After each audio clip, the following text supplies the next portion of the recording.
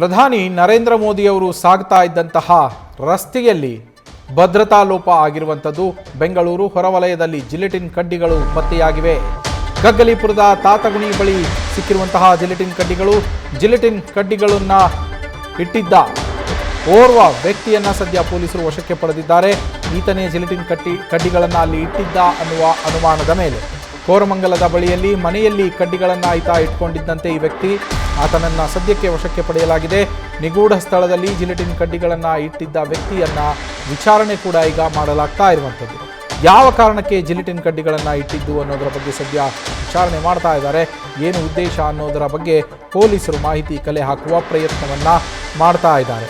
ಹಾಗೆಯೇ ಈ ವ್ಯಕ್ತಿಯ ಬಗ್ಗೆ ಇನ್ನೂ ಕೆಲವು ಅನುಮಾನಗಳು ಕೂಡ ಇದ್ದಾವೆ. ಆ ನಿಟ್ಟಿನಲ್ಲಿ ಕೂಡ ಪೊಲೀಸರು ಸದ್ಯ ತನಿಖೆಯನ್ನು ನಡೆಸ್ತಾ ಇರುವಂಥದ್ದು, ಮಾಹಿತಿಯನ್ನು ಕಲೆ ಹಾಕ್ತಾ ಇರುವಂಥದ್ದು. ಆತನ ವಿಚಾರಣೆಗೆ ಸದ್ಯ ಒಳಪಡಿಸಿದ್ದಾರೆ. ನಿಗೂಢ ಸ್ಥಳದಲ್ಲಿ ಇಟ್ಟು ಆತನನ್ನು ವಿಚಾರಣೆ ಮಾಡಲಾಗ್ತಾ ಇದೆ.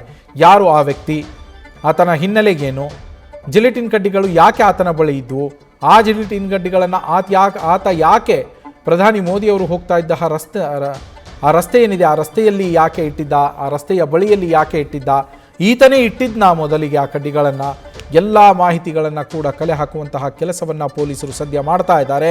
ಆದರೆ ಪ್ರಧಾನಿ ಮೋದಿಯವರು ಸಾಗ್ತಾ ಇದ್ದಂತಹ ರಸ್ತೆಯಲ್ಲಿ ಜಿಲೆಟಿನ್ ಕಡ್ಡಿಗಳು ಪತ್ತೆಯಾಗಿರೋದು ಭದ್ರತಾ ಲೋಪ ಅಂತ ಹೇಳಲಾಗ್ತಾ ಇದೆ.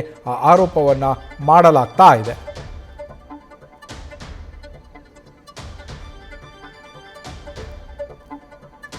ಇವತ್ತು ಬೆಳಗ್ಗೆ ಪ್ರಧಾನಮಂತ್ರಿ ನರೇಂದ್ರ ಮೋದಿಯವರು ಆರ್ಟ್ ಆಫ್ ಲಿವಿಂಗ್ನ ಒಂದು ಕಾರ್ಯಕ್ರಮಕ್ಕೆ ಅಂತೇಳಿ ಹೋಗಿದ್ರು. ಪ್ರಧಾನಿ ಬೆಂಗಳೂರು ಎಂಟ್ರಿಗೂ ಮೊದಲೇ ಜಿಲೆಟಿನ್ ಕಡ್ಡಿಗಳು ಪತ್ತೆಯಾಗಿವೆ ಅಂತ ಹೇಳಲಾಗ್ತಾ ಇರುವಂಥದ್ದು. ನಮ್ಮ ಪ್ರತಿನಿಧಿ ಮೋಹನ್ ಫೋನ್ ಸಂಪರ್ಕದಲ್ಲಿದ್ದಾರೆ. ಮೋಹನ್, ಈ ವ್ಯಕ್ತಿ ಯಾರು, ಏನು, ಎತ್ತ, ಯಾವುದಾದ್ರೂ ಮಾಹಿತಿ ಸಿಕ್ಕಿದೆಯಾ? ಹಾಗೆ ಈ ಹಿಂದೆ ಏನಾದರೂ ಈತನ ಬಗ್ಗೆ ಈ ಥರದ ಕೃತ್ಯ ನಡೆಸಿರುವ ಆರೋಪಗಳಿದೆಯಾ? ಪೊಲೀಸರ ವಿಚಾರಣೆಯಲ್ಲಿ ಏನೆಲ್ಲ ಬೆಳಕಿಗೆ ಬಂದಿದೆ ಈಗ ಮೋಹನ್?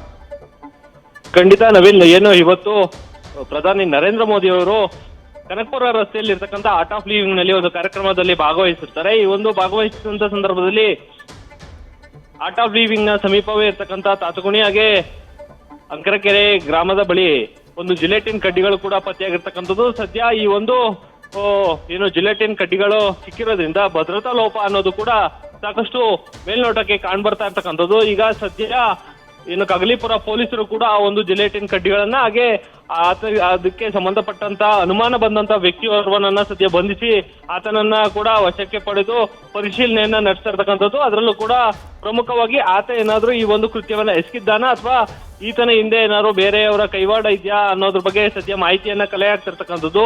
ಅದರಲ್ಲೂ ಕೂಡ ಪ್ರಮುಖವಾಗಿ ಆತನ ಮೊಬೈಲ್ ಅನ್ನು ಕೂಡ ಸದ್ಯ ಈಗಾಗಲೇ ವಶಕ್ಕೆ ಪಡೆದು ಅದನ್ನು ಕೂಡ FSL ವರದಿಗೂ ಕೂಡ ಕಳಿಸಿರ್ತಕ್ಕಂಥದ್ದು. ಯಾಕೆಂತಂದ್ರೆ ಈಗಾಗಲೇ ಈ ಹಿಂದೆ ಕೂಡ ಏನಾದ್ರು ಈತ ಈ ಒಂದು ಕೃತ್ಯಗಳಲ್ಲಿ ಏನೋ ಬಳಸ್ತಾ ಇದ್ನ ಅಥವಾ ಏನೋ ಅಲ್ಲೇ ಅಕ್ಕಪಕ್ಕ ಇರ್ತಕ್ಕಂಥ ಏನು ಪಾರೆಗಳಲ್ಲಿ ಏನಾದ್ರು ಈ ಒಂದು ಜಿಲೆಟಿನ್ ಕಡ್ಡಿಗಳನ್ನ ಬಳಸೋದು ತೆಗೆದುಕೊಂಡು ಹೋಗುವಾಗಲೇನಾದ್ರು ಆತ ಅಲ್ಲಿಗೆ ಹಾಕಿದ್ನ ಅನ್ನೋದು ಕೂಡ ಸದ್ಯ ಈಗ ಅನುಮಾನಕ್ಕೂ ಕೂಡ ಎಡೆ ಮಾಡಿ ಕೊಟ್ಟಿರ್ತಕ್ಕಂಥದ್ದು. ಈಗ ಏನು ಈ ಒಂದು ಪ್ರಕರಣಕ್ಕೆ ಸಂಬಂಧಪಟ್ಟಂತೆ ಆತನನ್ನ ಅಜ್ಞಾತ ಸ್ಥಳದಲ್ಲಿ ಇರಿಸಿ ಏನು ತನಿಖೆಯನ್ನ ಕೈಗೊಂಡಿರ್ತಕ್ಕಂಥದ್ದು. ಸದ್ಯ ಗಗ್ಗಲೀಪುರ ಪೊಲೀಸರು ಸೇರಿದಂತೆ ಏನು ಬೆಂಗಳೂರು ಕೇಂದ್ರ ವಲಯ IGP ಹಾಗೆ ರಾಮನಗರ SP ಆಗಿರ್ತಂತ ಶ್ರೀನಿವಾಸ್ ಗೌಡ್ರು ಕೂಡ ಸ್ಥಳದಲ್ಲೇ ಬಿಟ್ಟು ಆತನನ್ನ ತನಿಖೆಯನ್ನ ಮಾಡ್ತಿರ್ತಕ್ಕಂಥದ್ದು.